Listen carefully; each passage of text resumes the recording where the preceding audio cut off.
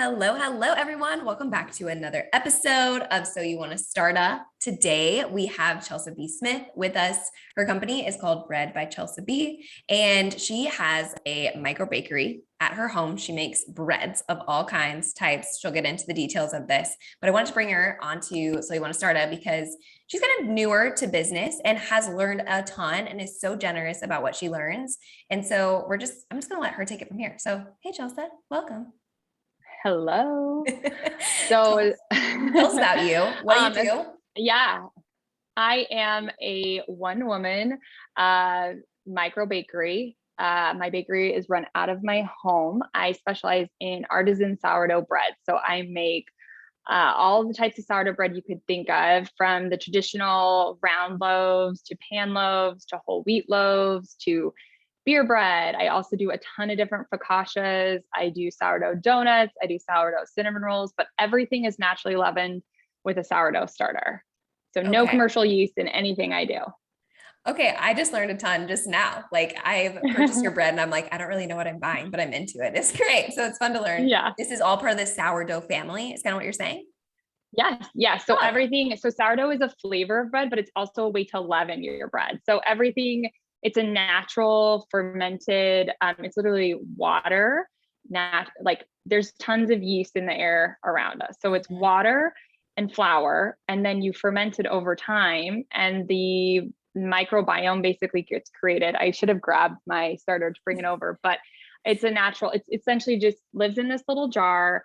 I feed it water and flour every day. I have two different starters. Their names are Goldie and Gloria. Goldie is my it's 75% whole wheat, 25% white flour. And Gloria is my OG sourdough starter. She's the one that I got from my mom that's in Idaho. And then a friend gave it to her. And then now I have it. And she is 100% white flour. So I use all organic flours that are sourced from Breadtopia in Fairfield, Iowa. So I'm really passionate about using local grain economy, regionally sourced grain. So we're keeping all the good nutrients that's within our region in the breads that we're consuming. But it's really cool. Sourdough is lower in gluten than a commercially yeasted bread because it takes about 30 hours to make a loaf from start to finish. So during that time, the grain breaks down and thus the gluten breaks down. So a lot of that bloat that people get when they eat a loaf of bread or like a roll, or they just kind of feel icky and tired, most people who eat sourdough don't experience that because the grain is pre-digested by the time it hits your belly. So two thoughts. Like, you're really passionate about bread. So you can tell Chelsa loves her bread. And I feel like you have just given us a 101 on sourdough. So for anyone who's like, whoa, that is so helpful. Thank you. Yes.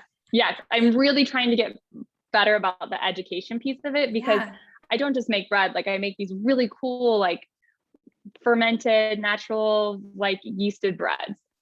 Okay. And I know a lot of people who listen to this, like, maybe aren't in Des Moines, but obviously if you are, like, you're probably already like, how do I acquire one of these? But okay. So you have officially been in business. You haven't even been in business a year, right? Like, officially full time. Is that true? Or when did you? No, January 1st of 2021, I certified my LLC with the state, got my EIN.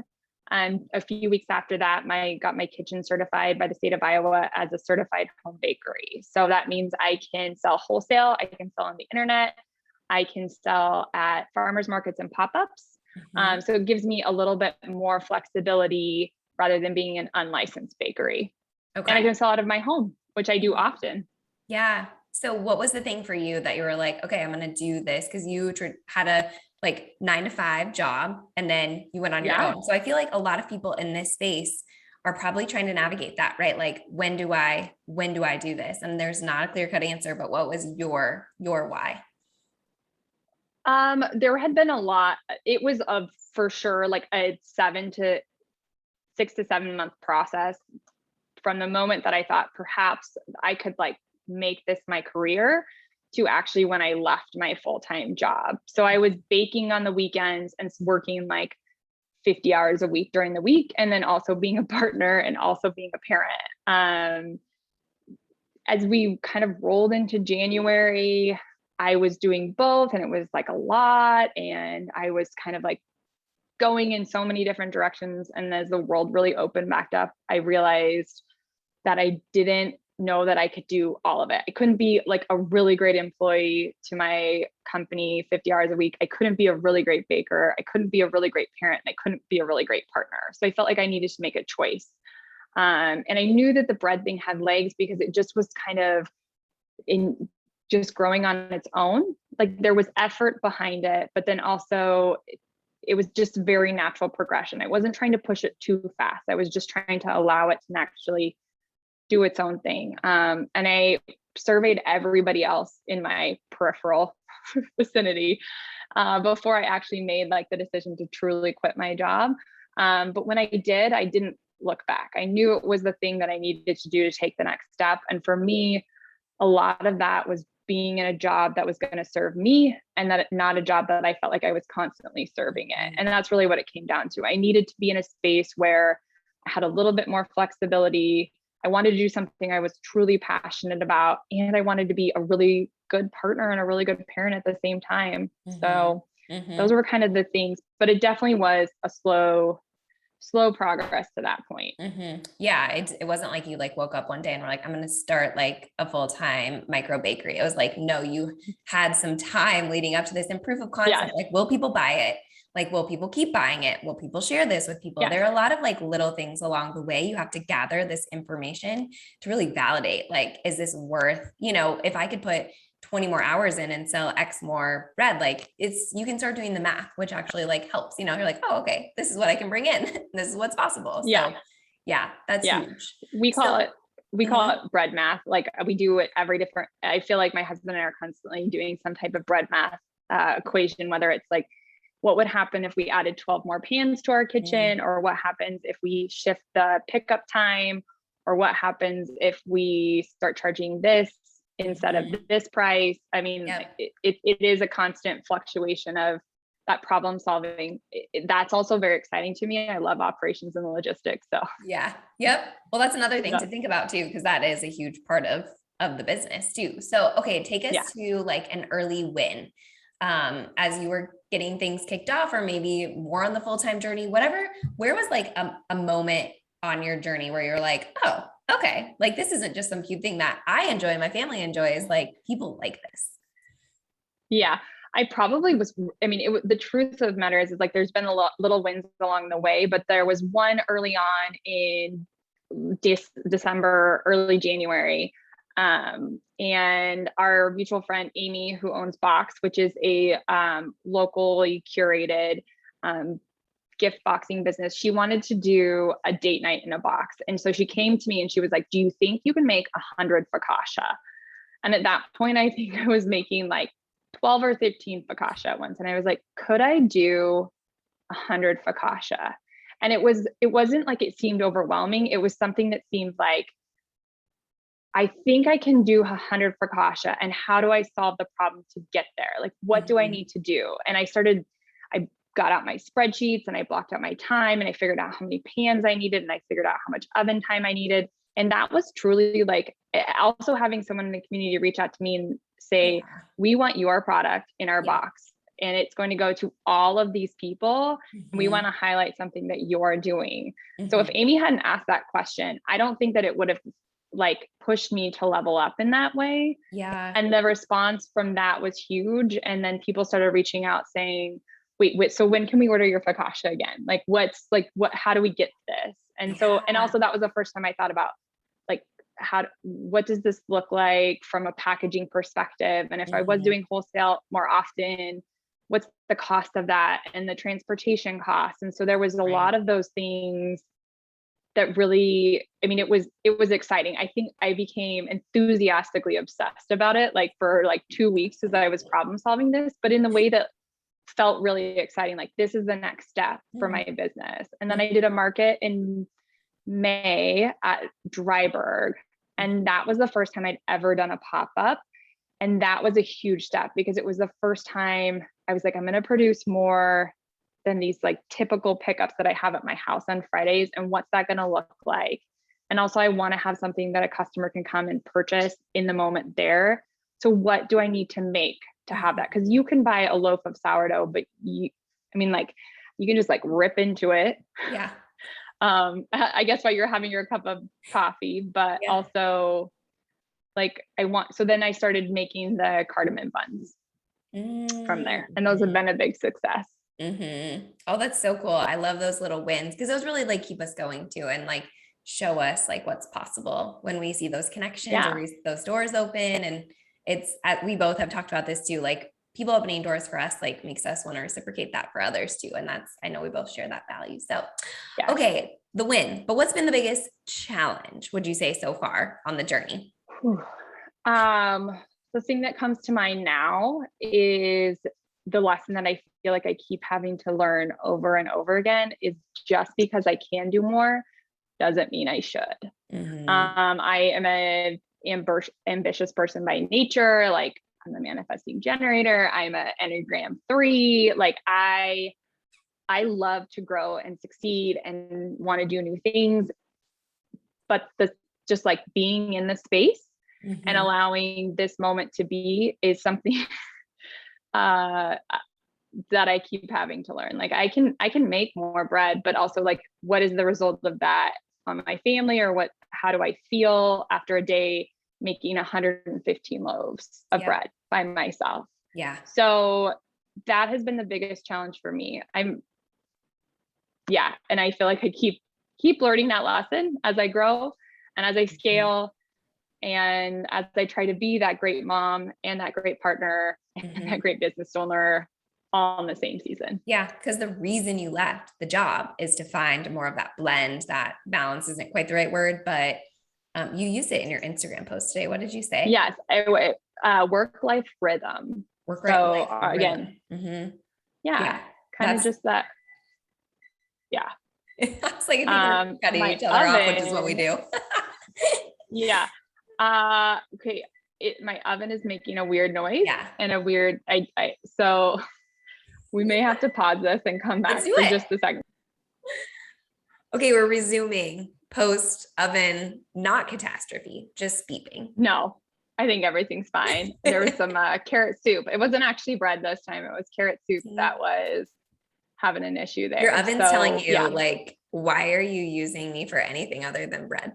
Is this what's happening? I know. Well, in my poor home oven that I still use, I do have 2 deck ovens on the way that are meant specifically for microbakers. So hopefully those come at the end of October. Ooh, so exciting. Then we can actually scale and do more in less amount of time.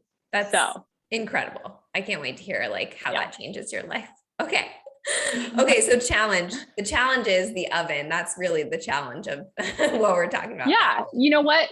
That's like a very specific technical challenge. Yeah. I do utilize my home oven. I can just, there's been a lot of bread math done on that part. Like I was making a lot of round sourdoughs. I could only bake 4 per hour. Then I shifted into doing pan loaves over the summer because I can bake 10 of those an hour. And I miss doing the round loaves, but also know like this is the right thing for right now as I scale. So the oven challenge, but it's one of those things like we're in the middle of a pandemic, supply chain issues, trying to be very, very patient. Yep. I love it. Okay. So if someone is thinking about having a microbakery in their home or whatever that looks like for them, they want to bake bread or whatever type of goodie that speaks to them, what are 3 pieces of advice you would give them? The first thing I would say is make sure that there is room for you in the marketplace. There's always enough space for everyone. And I'm definitely a person who believes in abundance.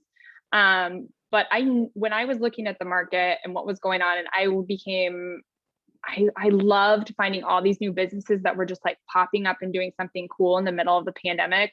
But I realized, and there was pies and cakes and macarons, but nobody was doing bread. And so I kind of realized, I was like, wait a minute, I could be the person doing bread. And that's not to say that like, just because there's 50 macaron makers doesn't mean there should be another one, but like survey the market, figure out what your niche is. I think niches are very important, especially in specific industries like this, because you only have so many resources. I'm never going to be someone, I say this now, I doubt I will, but who makes sourdough croissants. Like, I just don't think that that's going to be something I do, but I really love making sourdough breads. And I know that there's space for me here. And I also know that that kind of rolls me into my second piece of advice, which is utilize your community. Honestly, the baking community, the small business community, the maker community, the farming community, the Small Business Association, the Des Moines Partnership, all kind of these small entities have been my foundation in order for me to launch my business. I made it a goal for myself in January that I was going to make with a women's small business owner per month. It's a whole mouthful, right? So one woman who owned a small business once a month, but that like very quickly became like almost once a week, because then I realized all these people that I wanted to meet with. And I would come into these meetings and I would just be like, I started this small business, this bakery that I'm running out of my home. I know you run like an actual cupcake store. But like, I think even though we're different, there's so many, there's so much I can learn from you. Like, share with me how you handle insurance. Talk to me about how you block schedule. Who do you utilize for your local resources? Like, I would have those meetings and I would come with a list of questions. I always say curiosity is my superpower. I would just be like, I want to learn from you. I want to understand how you're doing this. Like, tell me what you know. And those people in turn, like, I think there was just like an energy that was kind of like, that kind of rolled between us. You know, those were the same people that I spent the time in the meetings with that were also recommending me for an event. Like, I had taken the time to network intentionally. Like, it wasn't like I was showing up these meetings like asking for something, but I was also like, I just want to learn from you. And then they were the people that gave my name to you know, like the business or the Des Moines Register when they wanted to do an article about a small business in the community. So yeah, put yourself out there. You never know. It's like, you never know who, like if you make a good first impression, who's like with the person whose uncle was like, you know, looking for the perfect person for their box business or whatever. Like, you never know like who that right person will be to open the next door, to open the next door, to open the next door. So I think that is, your community, wherever you live, like likely wants to support you. Like, people love new ideas, people love new products and offerings. So you can get them excited about it. I feel like people are really happy to help people. So I think that's so true. And people want to help small businesses. They want to recommend you. And I think people are good at heart. They want to do good. They want to give back. We're really lucky here in Des Moines. Like, Des Moines loves Des Moines. Like, Des Moines loves the next thing that's coming out, the next special thing that is unique to Des Moines. So that's been a huge asset for me in launching this business, is that people are like, yes, like, we want to see you succeed. How do we help you? I guess my third piece of advice, and one that I keep learning and continuing to grow into, is asking for what you want. So don't be afraid to show up those meetings and say, I would really love to sell bread in your farm stand. Jenny Quiner, our mutual friend, owns Dog Patch, and she and I have known each other for a long time. And I mean, I think I had like been at this thing for like 2 or 3 months, and I was like, Jenny, I want to meet with you. And it wasn't so that I could sell bread at the farm stand. It was honestly just so I could have a meeting with her, talk about how she got started, because I've watched her business evolve and I've watched her scale and I've watched it change. And I was like, but at the end, I was like, and Jenny, if you ever need bread in your farm stand, you just let me know. Call me. And then I sent an email, and then I sent an email again 2 weeks later being like, let me know when the summer rolls around, you need bread at your farm stand. And then, as I kind of progressed through the summer and I had more success, I was able to come to her and be like, Jenny, I'm having a lot of success, and would you like bread in your farm stand? So, and she was incredibly generous and allowed me to continue to bring bread to her farm stand every week. And that has been, it's taught me so much. Like, she took a risk on me, but I also kept asking for it. And that was really scary, because it felt like, how could I be asking for this? Like, how could I ask to be in your space? But I just knew that, like, that was somewhere where I was supposed to be. And I've tried to continue to do that going forward, to be brave enough to say, there's a sourdough baker in Mount Vernon. And I had never been in someone else's kitchen. And so I emailed him and said, can I come bake with you for a day? Like, can I come see what this is like for you? Can I come just experience with you? And he was like, yes, absolutely. Come hang out with me, come stay with me and my partner for the weekend. And I will teach you what I know in 36 hours. Wow. So yeah, be brave, ask for what you want, say thank you. And say thank you. I don't know. I don't know. Say thank you when people do things. I think like you could definitely go the route of like, here's advice on like what equipment to get. But I think so many people, you can find that. You can figure that out on your Google searching or like being part of the community. I think the advice you gave was really like how do you connect with people and like, how do you insert yourself into the conversations? And it's more about that like personal, like internal guide and leadership, which I really appreciate about your pieces of advice. I know it'll resonate with a lot of people.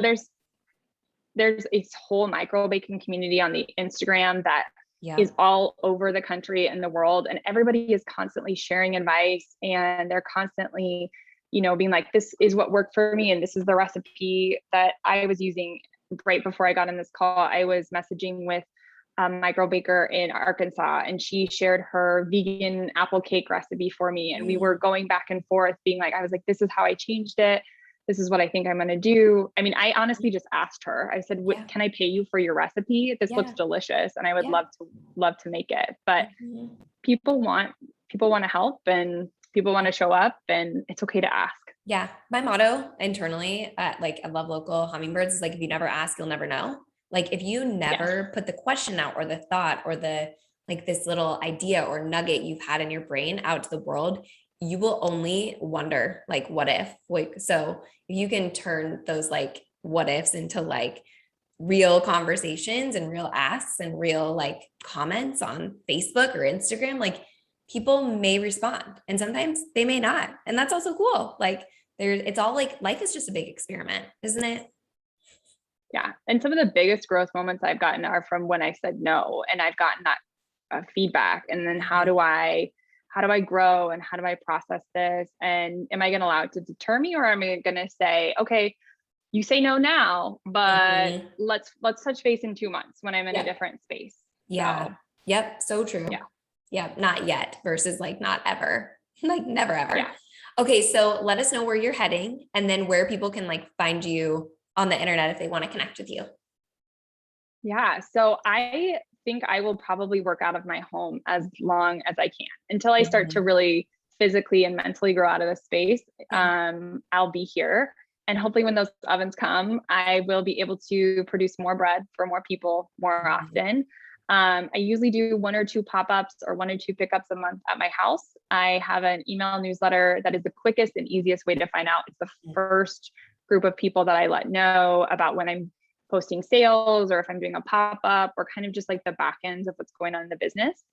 And you can go to my website, which is Bread by Chelsa B. And I'm also on Instagram at Bread by Chelsa B. And those are the 2 social platforms that my website and Instagram that I use the most often. But yeah, we'll see. There's a lot of bread math that still has to be done, lots of things that have to be learned. And right now I'm just kind of enjoying the journey of just being in this place right now.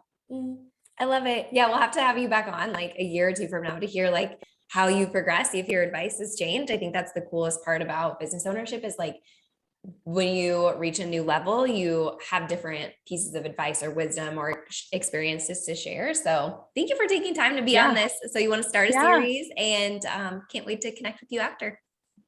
Yes. Thank you so much for having me, Emily. I appreciate being here. Yes.